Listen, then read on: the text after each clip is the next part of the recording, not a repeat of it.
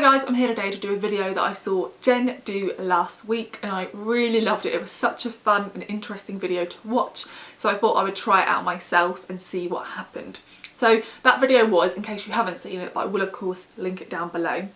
Jen looked at her favourite books over the last several years, I think since she's had a Booktube channel, and she decided to make a sort of ultimate list of favourite books. So she went through each of the books she'd marked as favourites and then chose the best of the best and you know, showed them at the end of the video. So I have had my channel for 6 years, so I have 6 years worth of favourite books lists, and I a couple of years ago got rid of like my ultimate favourite shelf on Goodreads because I just felt like it was so difficult to do, and instead I made my favourite books of each year. The video I did, I made a Goodreads shelf for each of those years, which really helps me now because it means I haven't got to go back through those videos and see the books I chose because I know them because they're on these Goodreads shelves. I will say right now that I'm very indecisive on things like this. I find it really hard to separate how I felt about the book then to who I am now, so we're going to see how this goes, but I have a feeling it will be long and I'll be quite indecisive, so enjoy. So the first year we're going to talk about is 2013, and I had 7 favourite books in 2013, and they were The Makioka Sisters by Junichiro Tanizaki. I still remember that being one of the most detailed and descriptive books I've ever read. I really enjoyed it. Fingersmith by Sarah Waters. You guys know how much I love Sarah Waters. Revolutionary Road by Richard Yates. I went through a phase in 2013, 2014 of reading quite a lot of his novels. Nothing to Envy, Real Lives in North Korea by Barbara Demick. That was like the first book that made me realise that I could really love non-fiction. I Capture the Castle by Dodie Smith and A Tree Grows in Brooklyn by Betty Smith. I always think of those books together, but I've never realised that the authors have the same surname. So I will say, if you like one, I think it's highly likely you'll enjoy the other. Although A Tree Grows in Brooklyn is a slightly more mature and, I guess, bleak book than I Capture the Castle is. And then the last one is a short story collection, and that is St Lucy's Home for Girls Raised by Wolves by Karen Russell. It's a really great short story collection, so yeah, I still think that deserves to be there. So the first thing to point out is that I still think all of those books deserve to be there. Like, 6 years on, I'm not looking at that list and thinking you were like too generous with any of these and they shouldn't be there. I think all of those books were really great books. So I know straight off the bat that The Makioka Sisters, Nothing to Envy, I Capture the Castle and A Tree Grows in Brooklyn wouldn't make it to my ultimate favourites list, but the other 3 are a bit more difficult. I feel like Sarah Waters is going to have to be on there. Like, I really love her as an author. And actually at the moment I'm re-listening to The Night Watch, which is one of hers I really loved. And I always felt like I loved Fingersmith most and The Night Watch second. And right now I'm loving The Night Watch so much that if I felt Fingersmith was better than that, it 100% deserves to be on my ultimate list. So Fingersmith is there, Sarah Waters has taken the first place. Revolutionary Road meant so much to me, and still the message of the book is really important to me, but it's something I feel oddly about because I used to read much more modern classics and I don't really now, and I also used to read a lot more books by men, and I tend not to now. I read a lot of books by women about women, and so I feel sort of like I need to reread that one because the part of the book I really connect with is April Wheeler and her story and her message. And when I think about the way Richard Yates handles women in other books, not some of his books he handles them really well, but a couple I read I didn't think he handled them quite as well, so I'm slightly unsure about that one. For now I'm going to let it have a place because of the way I still feel about the message, but we shall see how that goes. Then St Lucy's Home for Girls Raised by Wolves. I'd love to put it there, but I feel like there's a few stories in there that weren't perfect, and it should be perfect to be in my favourite books of all time, so sorry Karen Russell. Right, now let's go on to 2014. Okay, so in 2014 there's a few more books. So we have The Arrender by Joseph Boyden, which I loved. Among Others by Jo Walton. The Ocean at the End of the Lane by Neil Gaiman. Vidoki by Courage Johnson, and also At the Mouth of the River of Bees by Courage Johnson. Bastard Out of Carolina by Dorothy Allison. East of Eden by John Steinbeck. White Oleander by Janet Fitch.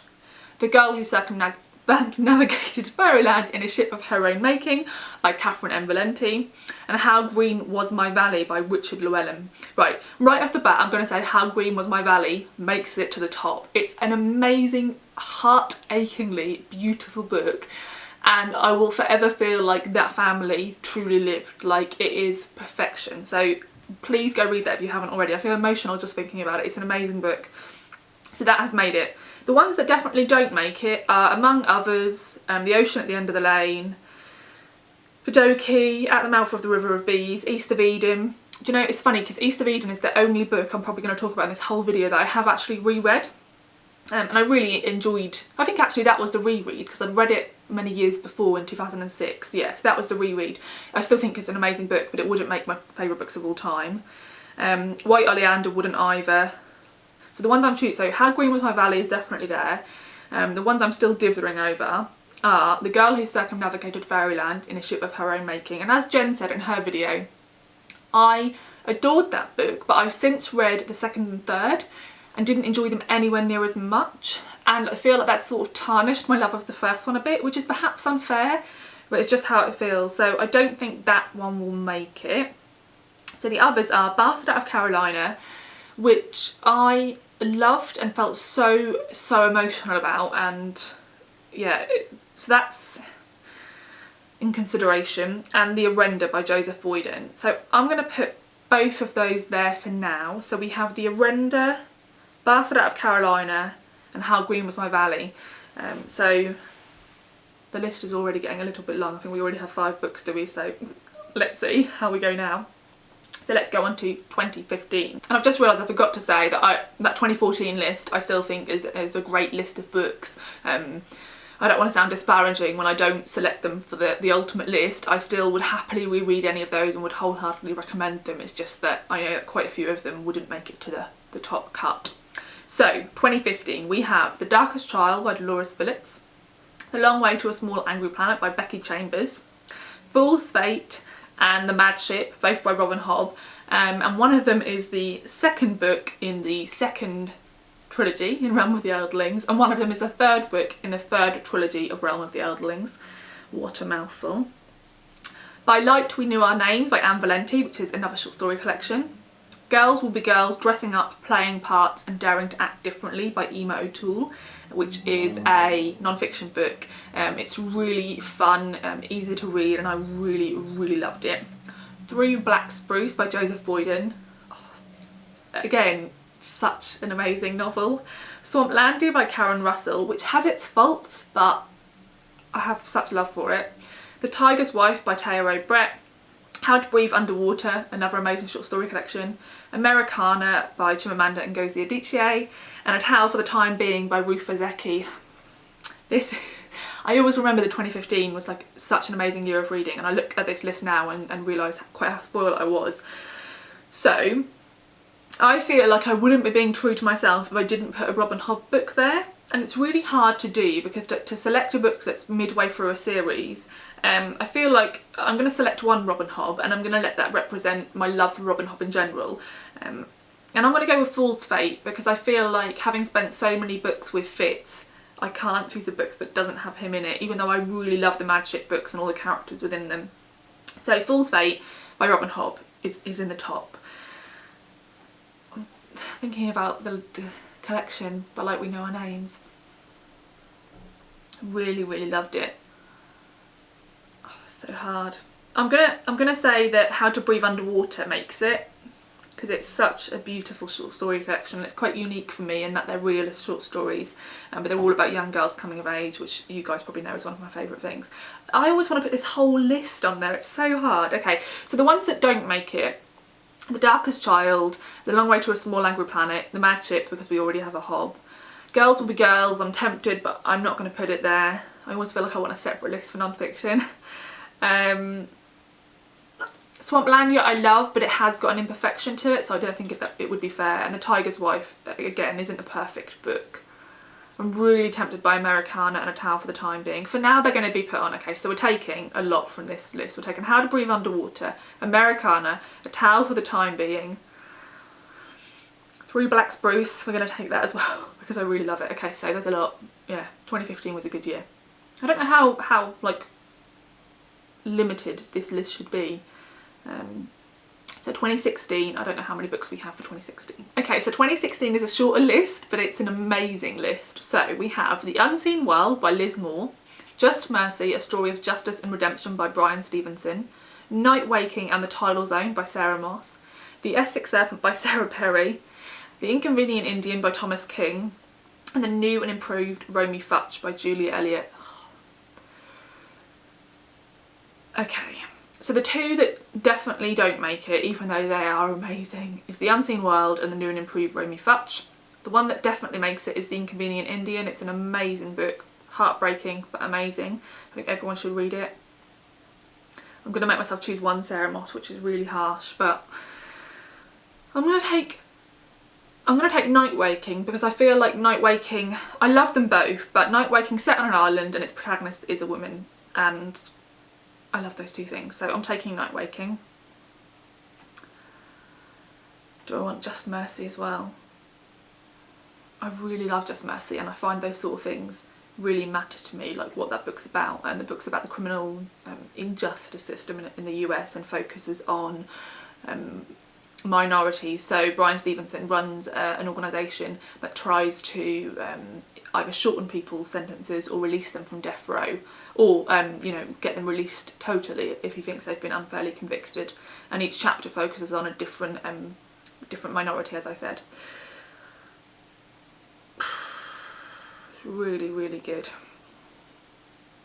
I'm going to take that as well. For now, I'm going to take The Essex Serpent as well. This list is so big.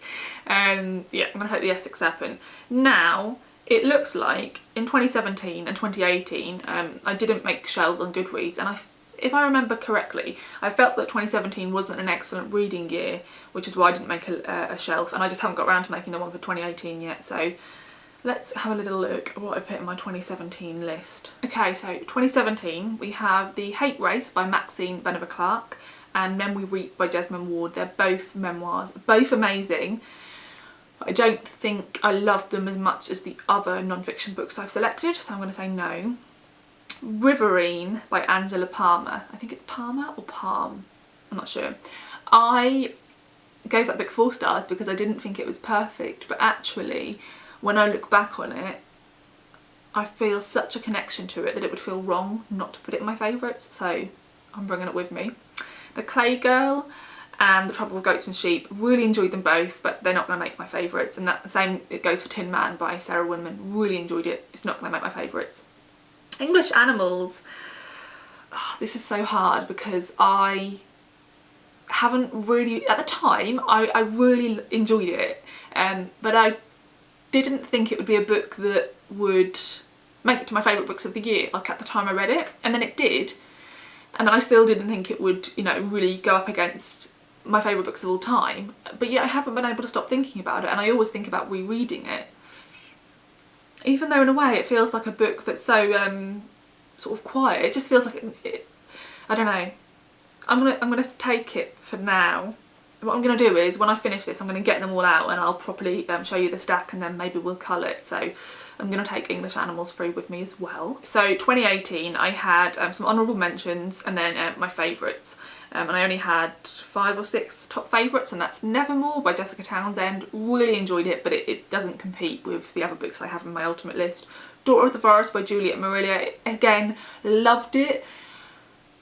Like, it wouldn't make it to my ultimate list. Normal People and Conversations with Friends by Sally Rooney. Normal People gets there without question. Like, it just, yeah, it 100% makes it. Red Clocks by Lenny Zumas wouldn't make it. And Ghost Wall by Sarah Moss.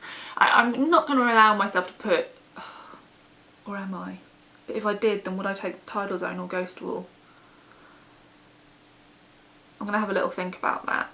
But 100% Normal People. So I'm going to go get all the books. I haven't written them down, I probably should have done that. And then we'll go through them once they're lined up against one another, and maybe cull it, maybe not cull it, I'm not sure. One thing I will say is it's interesting because I don't know if I mentioned at the start of the video, but I am listening to Night Watch by Sarah Waters and really loving it, and that didn't make any of my lists. And I think that's because I read it in the same year as I read Fingersmith, and so I decided to choose one book by Sarah Waters.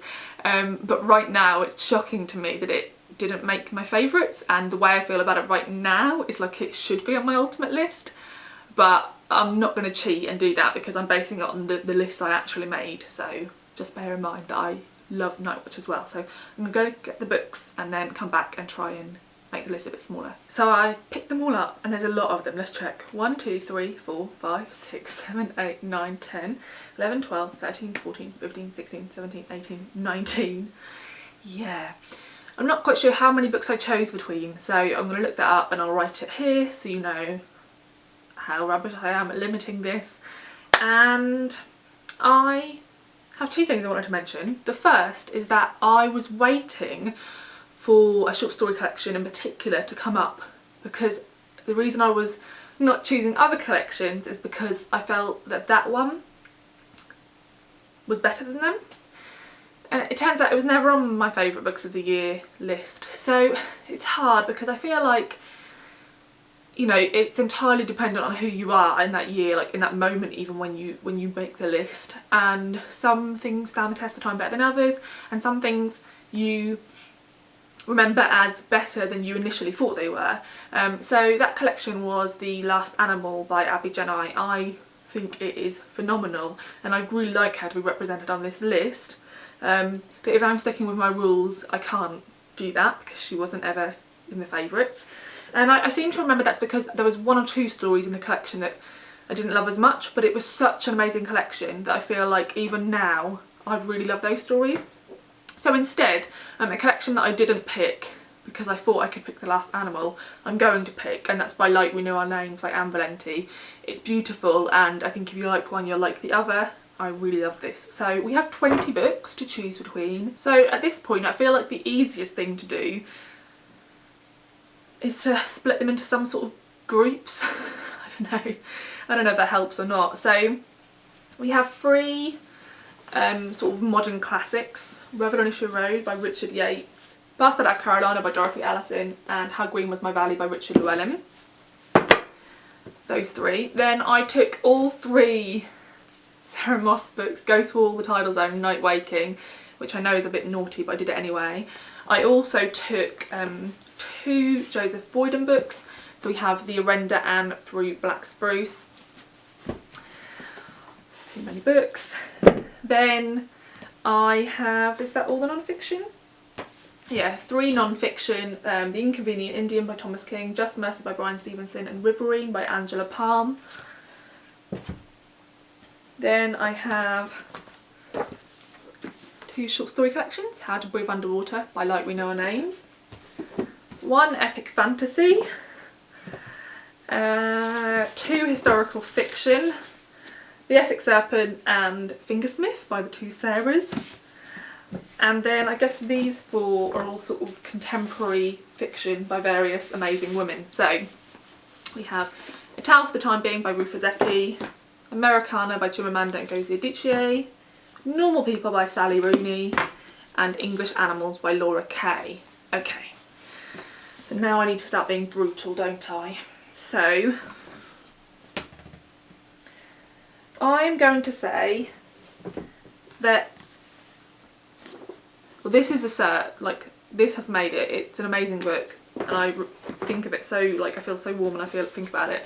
Normal People, this could be because I read it recently, but at the moment I just feel like it's phenomenal. It's done something that a book has never, it's found a niche in fiction that I didn't know could exist, and I love it. So that will make it.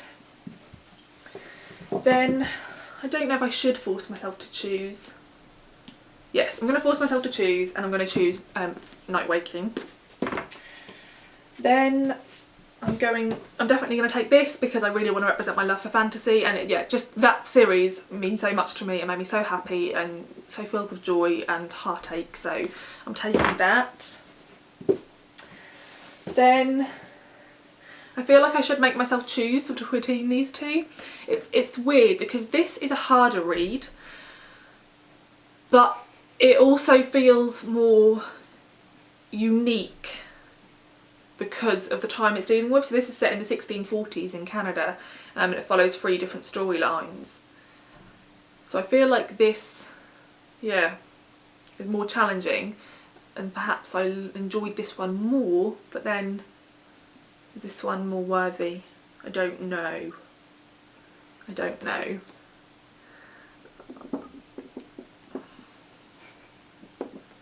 I'm gonna go for this one. I'm gonna put the contemporary one in. So I feel like I should choose between these two because they're both historical fiction of a certain, you know, feel. I shouldn't have to, should I? But I'm gonna think about that for a bit more. Short story collections, I am going to put this one in and not this one because I'm trying to be really harsh, and I feel like if I took this one over some of the other Sarah Moss, I wouldn't be being true to myself because I love them more. So there's that. Then let's choose these three. These two are coming with me. Yeah, I think about these all the time and I've always remembered them as some of my favourite books. Then the non-fiction. How many have I got at the moment? 1, 2, 3, 4, 5, 6, 7, 8. I mean, I haven't got to have a limited number, but I feel like, no, I'm taking all three. I'm taking all three. I really loved all three of these, and like I said, I gave this one 4 stars, but in hindsight, I connected to it so deeply, and it's so beautifully written that it would feel wrong not to take it. So it's just these three.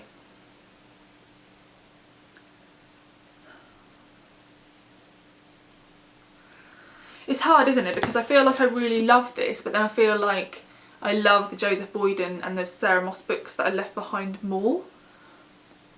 So it feels wrong to not... It's so hard to rate books against one another because, as I said, this is a really quiet, really non-dramatic story, and some of the ones I'm leaving behind evoke much more big emotions. But this is a quietly clever book, and line by line it's really perceptive, and I saw every moment of it and truly believed it. Fingersmith is definitely coming with me, by the way. I don't know why I'm still thinking about that, but I am still thinking about these two. I'm taking them both. Or am I? Yeah, I'm not going to take English Animals because I need to reread all of these. I definitely want to reread English Animals, and perhaps I'm being unfair, but I feel like these books, yeah, I feel like these are the right ones to take. So this is my ultimate favourite list of books since 2013. So if I was going to tell you to read any 1, 2, 3, 4, 5, 6, 7, 8, 9, 10, 11, 12, any 13 books, I tell you to read these ones based on my reading in the last 6 years, because books like Rebecca I read before that, and I'd highly recommend that as well. So this is so heavy. So I feel like this is a good representation of my reading in that I don't read enough non-fiction, but when I do, it's like when you think of how few non-fiction books I've read in the last 6 years, but the fact that 3 out of the 10 are still, 3 out of the 13 are still non-fiction, means that I don't read enough of it, but when I do, it really really affects me. And we have lots of quiet sort of family or relationship dramas. Obviously there's an epic fantasy in here, but that's really character driven. They're all pretty slow and character driven, which we all knew was my bag, so no one's surprised, I don't think. So let me know. I knew that was going to happen. Let me know which ones of those you have read or which ones you would like to read. I feel like I don't want to put any of them back on my shelves, I just want to read them all now. I used to reread so much when I was like a child/teenager, and I almost feel like it's better than reading new books because you know you love them and you see things that you like, you pick up things you didn't pick up before, or there's moments where you're so excited to read those bits because they're really beautiful and you remember them and it's like nostalgia. So yeah, I don't know, I should read all of these really. So yeah, let me know your thoughts. I really enjoyed doing this video, although I'm sure I'm really rubbish at it and it's going to be a bitch to edit and it's going to be really long, and yeah. So I'm going to list just the top 13 down below because, as I said, it's all on my Goodreads, it's all on my channel, and I do not want to list all those books. So just the top 13 are linked down below and you can go check them out and find out more about them if you would like to. Thanks for watching, and I'll see you in the next video. Bye!